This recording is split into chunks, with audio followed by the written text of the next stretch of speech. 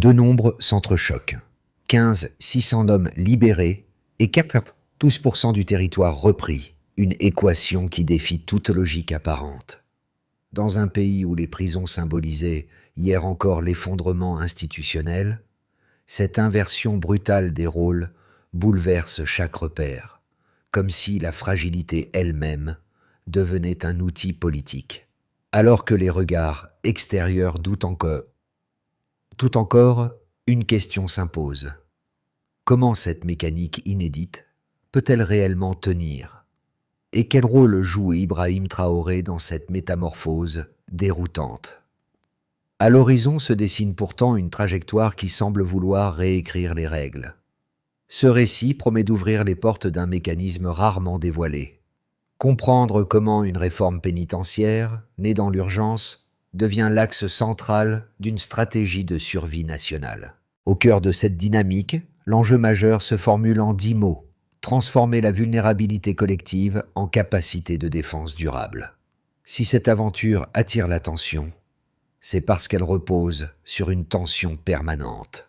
D'un côté, un pays que la violence avait presque brisé. De l'autre, une ambition de réhabilitation qui fait basculer la justice hors de ses cadres habituels. Notons ceci, ce pari n'engage pas seulement l'État, il engage le tissu social tout entier. Car chaque détenu devenu soldat porte à la fois la mémoire de son passé et le poids de la reconstruction nationale. Et alors, la véritable question s'avance comme un fil tendu. Cette promesse de rédemption collective pourra-t-elle absorber les risques politiques, sécuritaires et sociaux qui la cernent encore ? Ou est-elle condamnée à refléter les fragilités qu'elle prétend résoudre ? Une révélation s'impose d'emblée. En moins de 2 ans, un pays donné pour perdu a repris 92% de son territoire, grâce à une armée dont 600 soldats sont d'anciens détenus. Et en parallèle, une chute de 37% des attaques terroristes expose un paradoxe saisissant qui referme la première curiosité ouverte depuis le début. La mécanique fonctionne, du moins pour l'instant. C'est sous l'impulsion d'Ibrahim Traoré que cette mutation profonde a pris forme, puis s'est diffusée à travers les structures fragile d'un État, épuisé.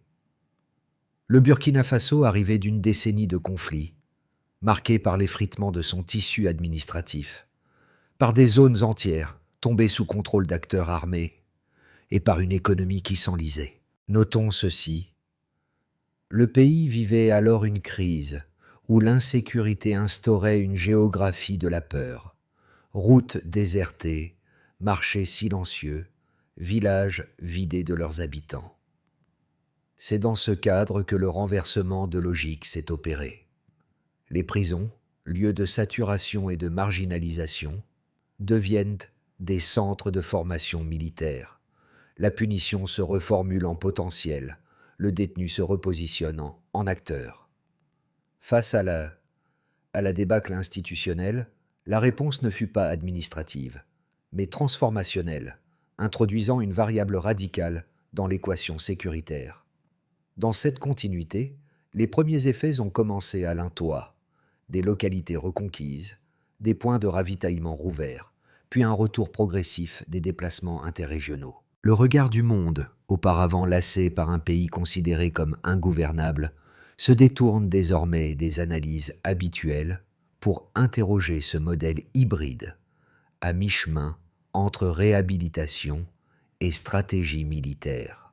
Dans cette reconstruction, le fil conducteur reste constant, une justice qui cesse d'être exclusivement punitive pour devenir un outil de souveraineté.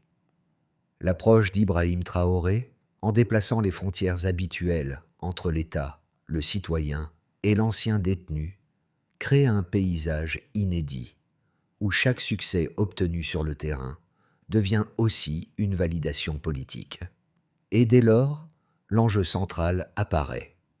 Savoir si cette transformation peut s'inscrire dans la durée ou si elle demeure vulnérable aux mêmes facteurs qui ont conduit le pays au bord de l'effondrement. C'est au cœur de cette transition que surgit la figure du guide, non pas un héros isolé, mais une constellation d'hommes qui incarnent la première ligne de la transformation, les anciens détenus devenus soldats. Ils sont les éclaireurs d'un modèle inédit, ceux qui montrent comment un pays brisé tente de se reconstruire en réaffectant ses propres marges. Un autre aperçu permet d'observer les premiers effets concrets. Dans un village du Nord, un ex-prisonnier assigné à une unité de sécurisation a permis la réouverture d'un marché hebdomadaire resté fermé plus d'1 an.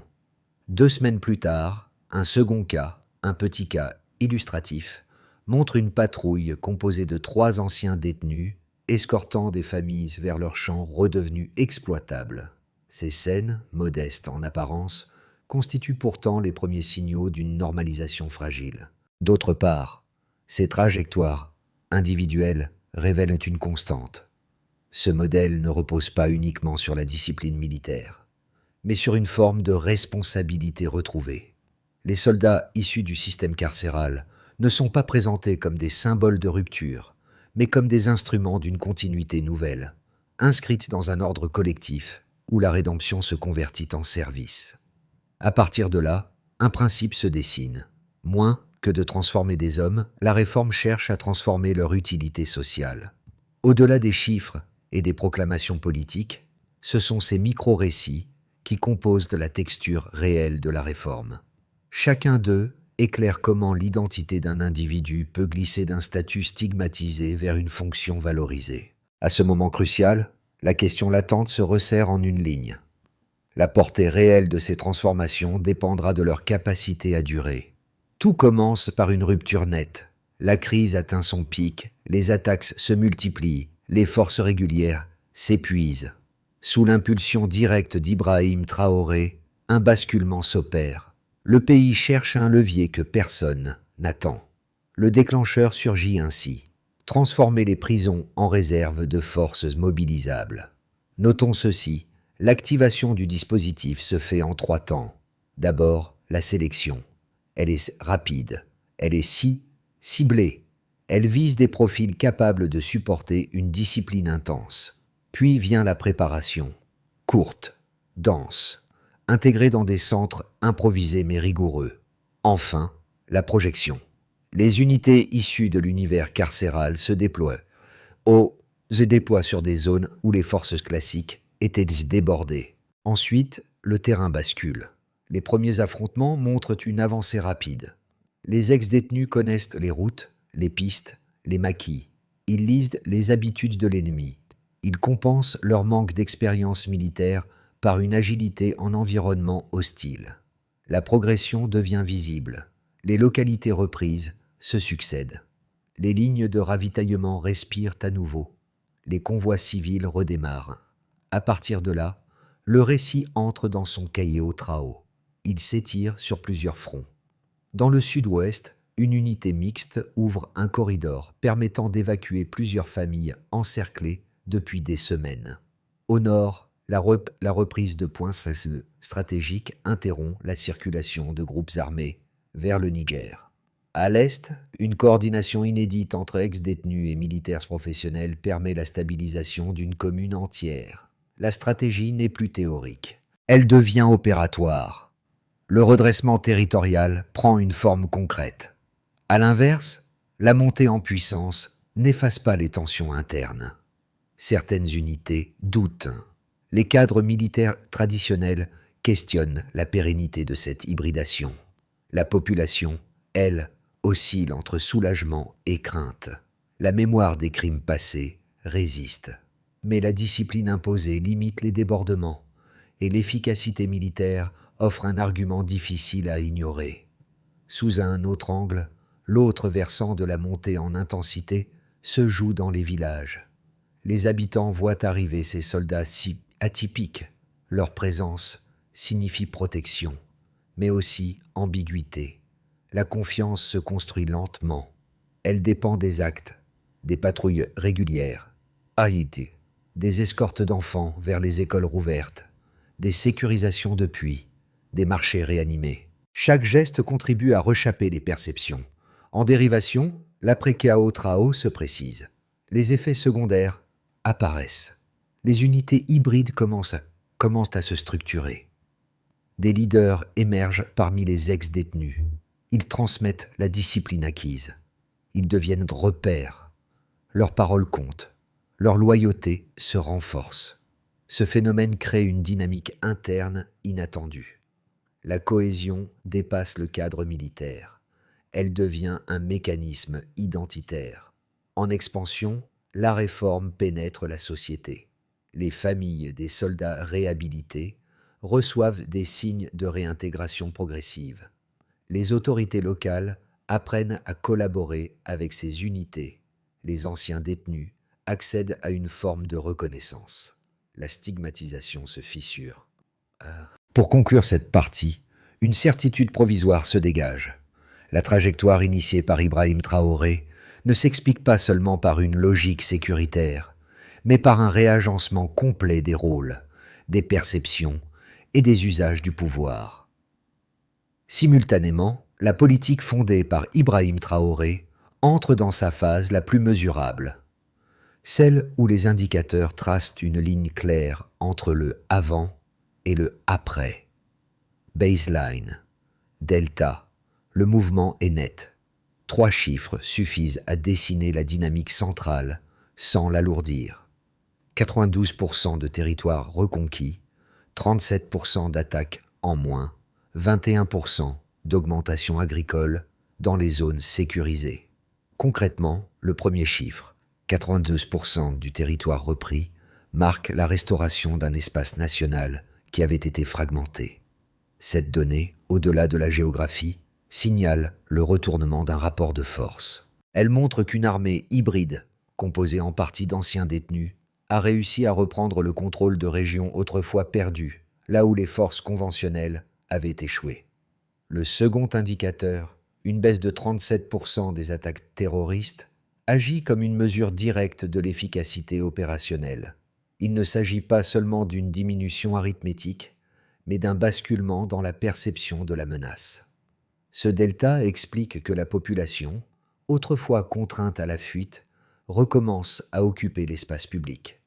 Ainsi, la sécurité n'est plus une exception éphémère, mais un état qui se renouvelle quotidiennement, rendu possible par la discipline acquise au sein des nouvelles unités. Le troisième chiffre, l'augmentation agricole de 21%, reflète l'impact économique de la sécurité restaurée. Ce pourcentage n'est pas un simple résultat agronomique. Il constitue une preuve matérielle que la stabilisation militaire reconfigure l'économie rurale. Les terres abandonnées redeviennent cultivables. Les villages désertés retrouvent leur cycle de production. Ce chiffre ferme également la deuxième curiosity loop. La militarisation n'a pas seulement réduit la violence, elle a rouvert les flux économiques qui façonnent la résilience sociale. D'autre part, ces 3 repères quantitatifs n'agissent pas isolément.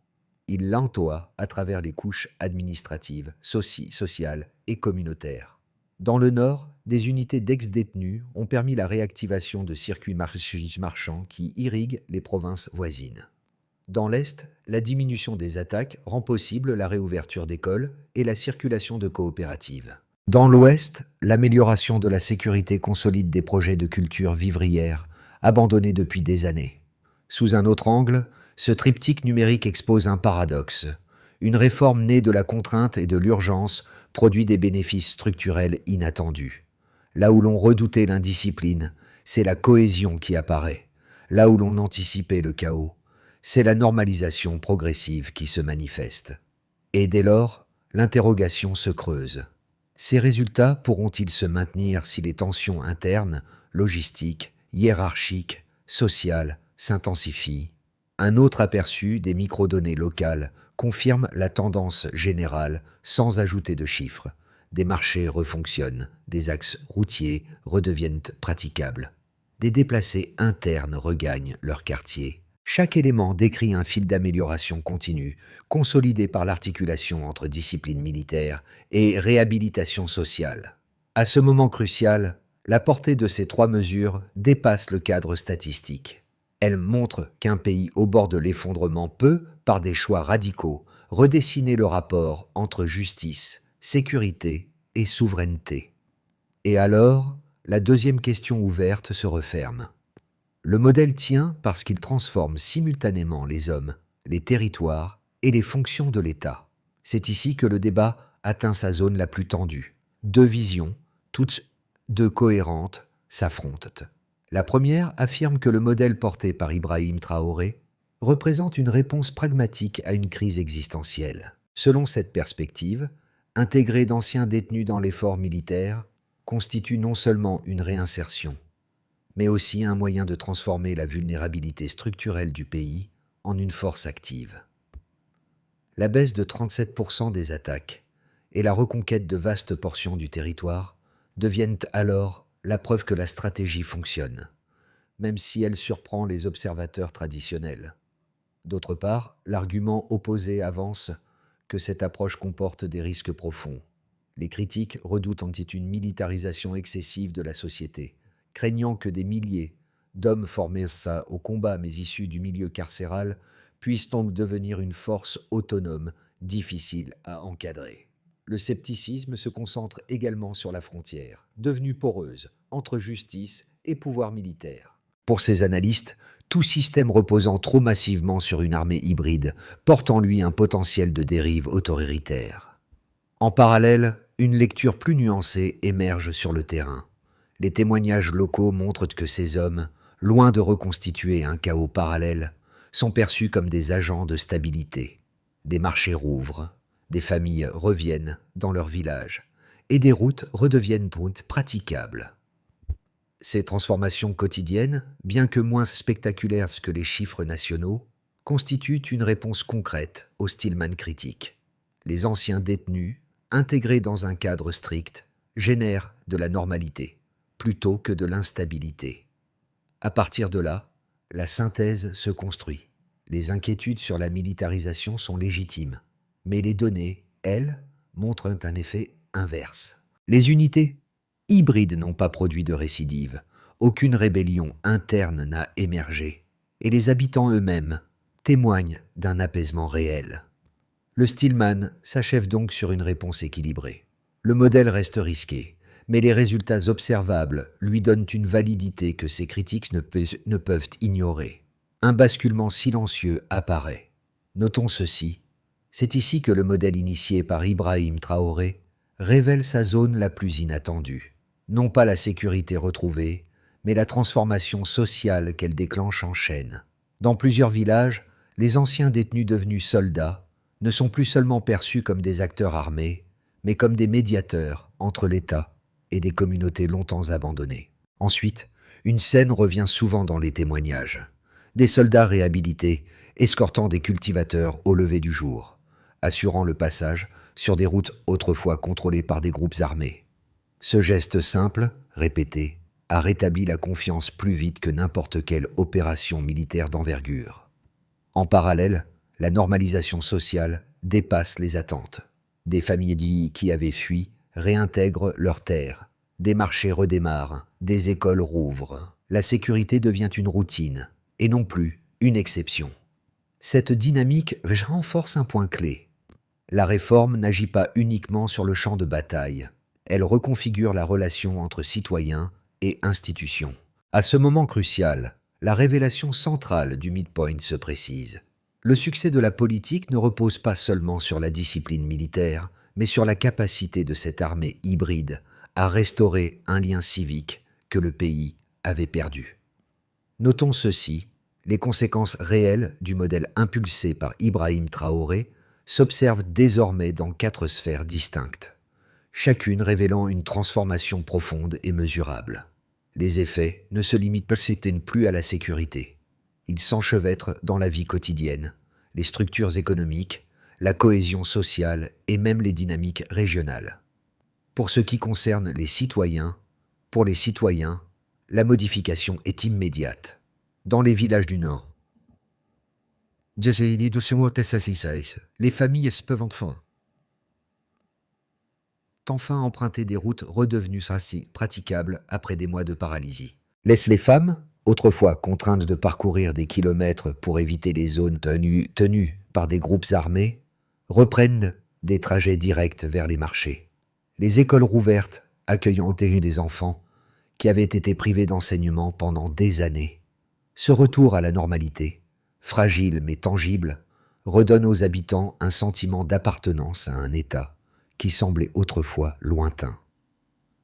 Ces effets closent, non. La troisième curiosity loop. La sécurité retrouvée n'est pas abstraite. Elle se vit au quotidien. Pour ce qui concerne la vie économique, d'autre part, l'impact économique est tout aussi structurant. Les zones agricoles délaissées profitent de la stabilisation. Les paysans replantent, les coopératives se réorganisent et les circuits de distribution reprennent forme. L'augmentation de 21% de la production agricole dans certaines régions confirme que la sécurité militaire agit comme un levier qui relance les chaînes de valeur locales. Les marchands regagnent les marchés périodiques qui rassemblent plusieurs villages. Des commerçants itinérants réapparaissent, alimentant les flux économiques fondamentaux. La sécurité ouvre un espace où l'économie respire de nouveau. Pour ce qui concerne les groupes vulnérables, en parallèle, les personnes vulnérables, veuves, déplacés internes, jeunes, sans ressources, bénéficient d'une réintégration progressive. Les patrouilles mixtes assurent l'escorte des populations revenant dans leur localité d'origine, ce qui facilite la reconstruction de logements rudimentaires. Des programmes communautaires soutenus par les nouvelles unités émergent autour de puits restaurés, de petits centres de santé ou de lieux de collecte vivrière. Les anciens détenus devenus soldats, ayant eux-mêmes traversé une trajectoire de rupture, jouent souvent un rôle de médiateur naturel auprès de ces groupes fragiles. La rédemption individuelle crée un effet miroir dans la société. Pour ce qui concerne la dimension régionale, sous un autre angle, l'impact régional commence à se préciser.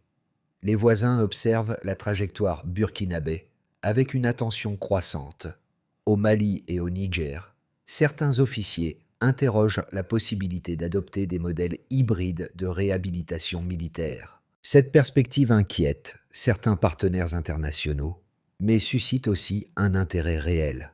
Un pays, autrefois au bord de l'effondrement, est parvenu, en 2 ans, à reconfigurer sa souveraineté interne. Ce repositionnement du Burkina Faso rebat les cartes géopolitiques locales, questionnant l'équilibre des influences extérieures. À ce moment crucial, l'ensemble de ces effets révèle un constat simple. Le modèle façonné par Ibrahim Traoré ne se limite pas à une politique de sécurité.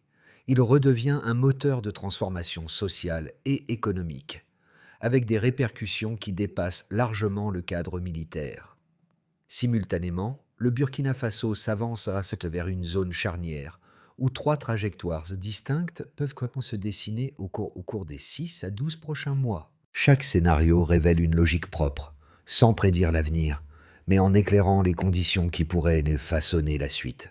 Dans le scénario de base, stabilité consolidée. Notons ceci, le scénario central repose sur la continuité des dynamiques actuelles. Discipline maintenue au sein des unités hybrides, sécurité progressivement renforcée dans les zones rurales et poursuite de la normalisation économique enclenchée par la baisse des attaques. Dans cette configuration, l'armée issue en partie d'anciens détenus continue de jouer un rôle structurant, mais sous supervision claire, ce qui évite l'émergence de tensions internes. Les autorités locales s'habituent à ce modèle. Les populations coopèrent davantage et les circuits agricoles stabilisés renforcent la résilience du pays. Ce scénario reste le plus probable si aucun choc externe majeur ne survient. Dans le scénario optimiste, effet de modèle régional. Ensuite, un scénario plus ambitieux se dessine si la cohésion entre civils et militaires demeure forte. Le Burkina Faso pourrait devenir un pôle d'expertise pour les pays voisins, en particulier le Mali et le Niger. Cette transition transformerait la réforme en outil diplomatique. Échange de formations, coopération militaire accrue et consolidation d'une souveraineté régionale affranchie des influences extérieures. Les succès agricoles et sécuritaires pourraient attirer des investissements ciblés, permettant la restauration d'infrastructures essentielles. Ce scénario élargit l'impact du modèle au-delà des frontières. transformant une solution née dans l'urgence en référence continentale. Dans le scénario défavorable, déstabilisation interne. D'autre part, le scénario négatif demeure possible. Si des tensions surgissent dans les unités, hybrides, fatigue, divergence d'allégeance ou rupture de discipline, la confiance déjà fragile pourrait s'effriter. Une mutinerie locale ou même une rébellion isolée suffirait à déstabiliser l'équilibre national. Les critiques internationales se renforceraient, les risques de sanctions augmenteraient, et les populations, inquiètes, pourraient replier leurs activités économiques.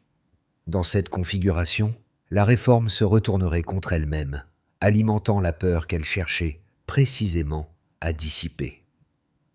Suggestion. Kongan Saksua. À partir de là, une grille de lecture s'impose. Si la discipline se maintient, la stabilisation s'étend. Si les tensions internes augmentent, la dynamique peut se fissurer. Si la coopération régionale progresse, le modèle s'élève au-dessus de son cadre national. Cette triade permet d'évaluer la suite sans tomber dans la spéculation, tout en gardant à l'esprit que chaque avancée reste réversible. Notons ceci, les transformations enclenchées ne concernent pas uniquement les institutions. Elles redéfinissent aussi la manière dont chaque groupe de la société burkinabé perçoit son propre rôle. Pour comprendre cette mutation, 3 segments, A, B, C, permettent de saisir comment l'expérience se reflète dans la vie quotidienne. Pour le premier groupe, ceux qui ont été directement touchés par l'insécurité. Pour ces familles, la réforme n'est pas une abstraction politique, mais une respiration retrouvée. Les habitants qui avaient fui réoccupent progressivement leur maison. Les enfants reprennent les chemins d'école escortés par des patrouilles régulières. Ce retour au quotidien, longtemps brisé, éclaire une vérité simple. La sécurité n'est pas un concept, mais la condition minimale pour exister sans peur. Pour le deuxième groupe, ceux qui observent à distance sans être directement impliqués. D'autre part, une grande partie de la population urbaine regarde cette transformation avec une prudence mêlée d'espoir. Ils voient les indicateurs s'améliorer, entendent les récits venus des zones rurales, mais gardent en mémoire les années d'instabilité. Pour eux, la réforme est à la fois un pari et une promesse. Ils aspirent à y croire, tout en guettant les signes qui confirmeront sa pérennité. C'est une attente vigilante, où l'optimisme s'équilibre avec le réalisme. Pour le troisième groupe, ceux qui cherchent leur place dans la transformation. En parallèle, un troisième groupe se distingue, les jeunes sans emploi, les petits e-commerçants, les déplacés internes qui veulent comprendre le rôle qu'ils pourraient jouer dans ce nouvel ordre social. Ils observent comment l'intégration d'anciens détenus a ouvert des trajectoires imprévues et se demandent si d'autres formes de contribution citoyenne pourraient émerger. Leur question est moins sécuritaire que civique. Où se situe leur propre utilité dans un pays en recomposition? À ce moment crucial, l'essentiel est là. Cette politique n'est pas seulement une stratégie d'État, elle reconfigure silencieusement la manière dont chacun imagine son avenir. Notons ceci, la continuité du modèle initié par Ibrahim Traoré dépend moins de déclarations politiques que d'une architecture précise, structurée en étapes successives. Chaque étape doit répondre à une logique simple. Garantir que la réhabilitation reste une force stabilisatrice et non un vecteur de dérive. Consolider la double tutelle. D'abord, les centres de formation doivent fonctionner sous une supervision conjointe défense-justice. Cette double tutelle assure un équilibre essentiel, discipline militaire d'un côté, encadrement civique de l'autre. C'est la condition minimale pour éviter l'émergence de zones hors contrôle. Stabiliser la formation civique continue. Ensuite, la formation des unités hybrides doit intégrer un bloc civique obligatoire. Droits, devoirs, procédures, rôle des institutions. Cette composante garantit que la transformation ne repose pas uniquement sur l'efficacité opérationnelle, mais sur une compréhension durable de la place de chaque soldat dans l'ordre public. sécuriser les communautés et les relais locaux. Simultanément, il faut renforcer les partenariats entre unités réhabilitées et autorités locales. Ce maillage permet d'éviter l'isolement des soldats et d'inscrire leur action dans un cadre communautaire.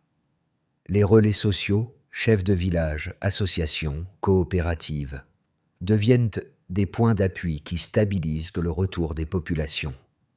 Développer une coopération régionale maîtrisée.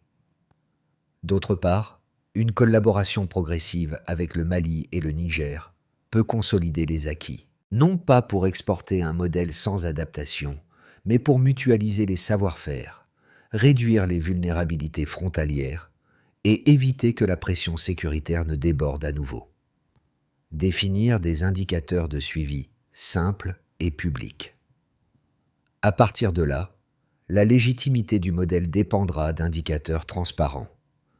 Intégration, discipline, impact communautaire. Des mesures claires, lisibles, partagées, qui permettent aussi citoyens de suivre la progression et d'éviter les dérives.